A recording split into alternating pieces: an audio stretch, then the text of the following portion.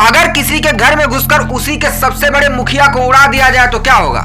जाहिर सी बात है, मोहल्ले में आग लगेगी और वो आग सबको झुलसाएगी। इजराइल और अमेरिका ने मिलकर आयतुल्ला अली खमेनी को मार तो दिया, लेकिन जो लाइन उन्होंने लांघी है उसके बाद अब सिर्फ बारूद की महक आ रही है।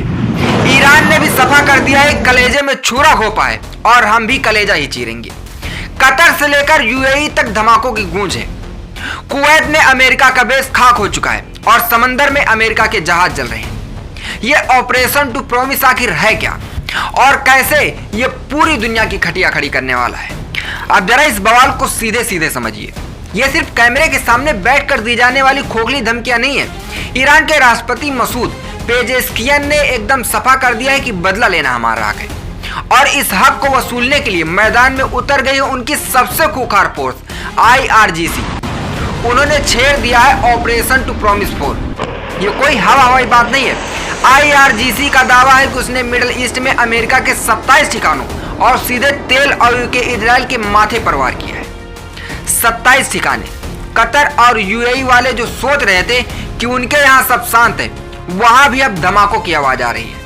ईरानी संसद के जो अध्यक्ष थे उनका वो बयान याद करिए जिसमें उन्होंने कहा था कि इतनी जोर से मार मारेंगे कि अमेरिका और इजराइल मदद की भीख मांगेंगे। तो ये तो रही जमीन के अंदर की बात। अब जरा समंदर का हाल देखिए, जहां पानी में भी आग लगी है। हिंद महासागर जहां से दुनिया भर का माल आता जाता है, वहां इस वक्त ऑपरेशन की 5वीं लहर चल रही है। जेबेल अली में एक जहाज खड़ा था। काम क्या था? अमेरिकी जहाजों के लिए हथियार ढोना। ईरान ने 4 ड्रोन भेजे और जहाज का ऐसा कबाड़ा किया कि अब वो किसी काम का नहीं बचा। और ये बात कोई हवा में नहीं उड़ी है।